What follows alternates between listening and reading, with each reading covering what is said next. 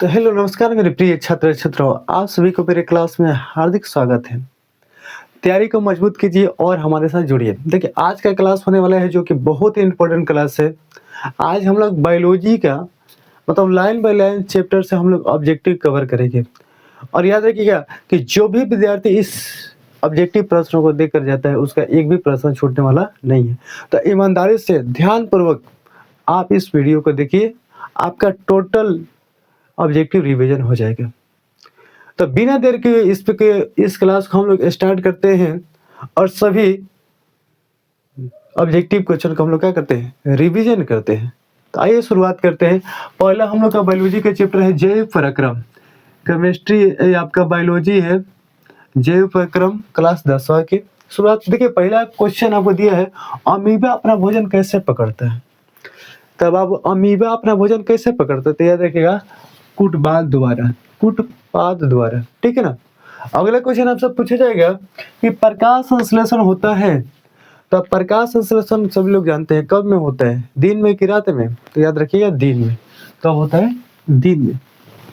अगले क्वेश्चन के चलते हैं कि क्लोरोफिल वर्णक का रंग है, क्लोरोफिल वर्णक का रंग है तो कहिएगा कि हरा। कैसा रंग है बाबू, हरा।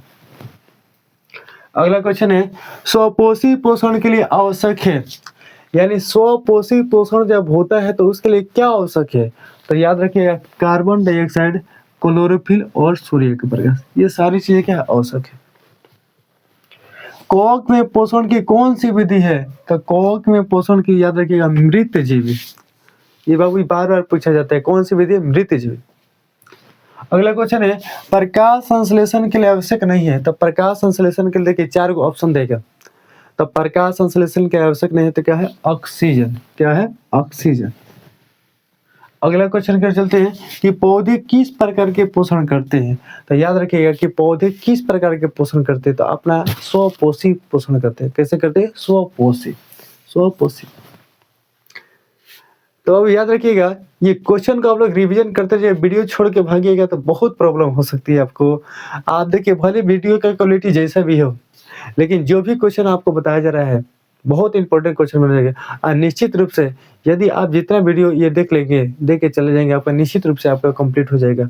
तो यदि अपने माँ बाप का सपना पूरा करना चाहते हैं, नाम रोशन करना चाहते हैं कि अपने क्षेत्र में मेरा नाम हो, मेरा सबसे ज़्यादा नंबर है, तो इस क्लास को देखना बहुत अनिवार्य है। और जो देख रहा है उसका बहुत ही अच्छा नंबर बना रहे हैं गारंटी के साथ। मानव किस प्रकार का पोषण करते थे, याद रखिएगा परपोषी। तब अब 2 को पूछा जाता है कि पौधे किस प्रकार का भोजन करते हैं, तो याद रखिएगा स्वपोषी। मानव किस प्रकार का भोजन करता है, ठीक है ना, पोषण करता है, तब परपोषी। पाचन तंत्र का अंतिम अंग कौन सा है, मलाशय। तो याद रखिएगा कि आपसे पूछा जाएगा कि पाचन तंत्र का अंतिम अंग कौन सा है, तब मलाशय। अगले क्वेश्चन की ओर चलते हैं, ट्रिप्सिन एंजाइम का कार्य क्या है, ठीक है ना। तो ट्रिप्सिन एक प्रकार के एंजाइम होता है। अब वो क्या करेगा, प्रोटीन का पाचन करता है। क्या करता है, प्रोटीन का पाचन करता है। याद रखिएगा कि वसा के पाचन में कौन सा अंग सहायक होता है। तो वसा के पाचन में आपसे पूछा जाएगा कौन सा अंग सहायक होता है, तो याद रखिए यकृत। कौन सा बाबू, यकृत। बाबू एकदम बढ़िया से रिवीजन करके जाइए, आपका एक भी प्रश्न नहीं छूटेगा और अगले हीरो आप होंगे यदि आप करके जाते हैं। तो यकृत में कौन सा रस बनता है, तो यकृत में याद रखिएगा पीत रस बनता है। ये भी क्वेश्चन बार बार पूछा जाता है, यकृत में कौन सा रस बनता है, पीत रस। वायवीय श्वसन की तुलना में अवायवीय श्वसन में ऊर्जा कम बनती है। क्या होती है बाबू, कम बनती है। अगला क्वेश्चन आपको कर कि श्वसन अंग तंत्र का मुख्य अंग है, तो श्वसन तंत्र का मुख्य अंग कौन है, तो देखिए फेफड़े। कौन से अंग है बाबू, फेफड़े। अगला क्वेश्चन है पौधे जल का अवशोषण किसके द्वारा करते हैं, तो पौधे जल का अवशोषण जड़ द्वारा करते हैं।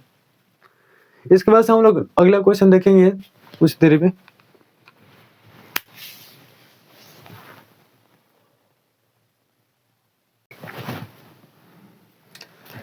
तो चलिए बायोलॉजी का अगला क्वेश्चन देखिएगा। अगला क्वेश्चन का देखिए, पत्तियों के माध्यम से जल का वाष्पीकरण कहलाता है।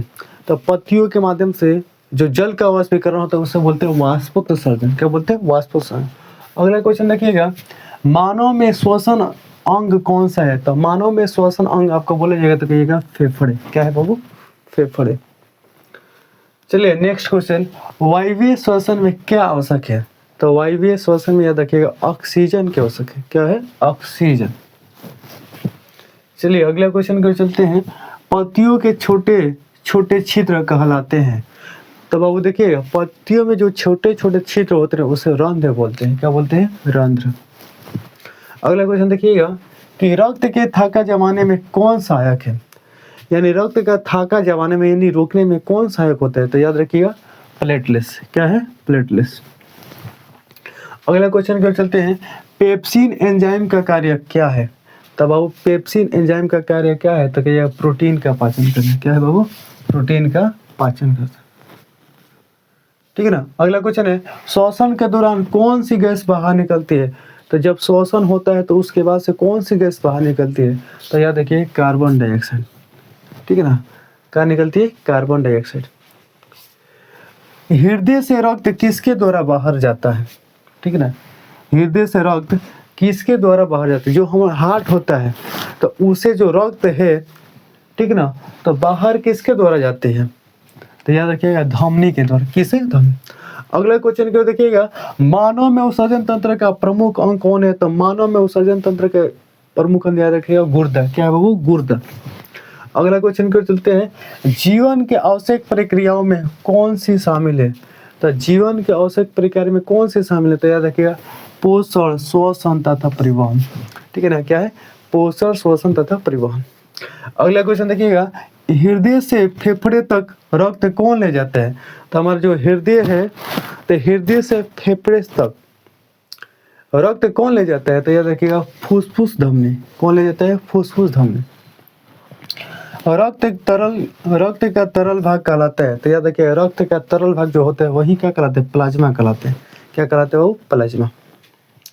नेफ्रॉन का मुख्य कार्य है। तो नेफ्रॉन का मुख्य कार्य है रक्त का शुद्धिकरण करना।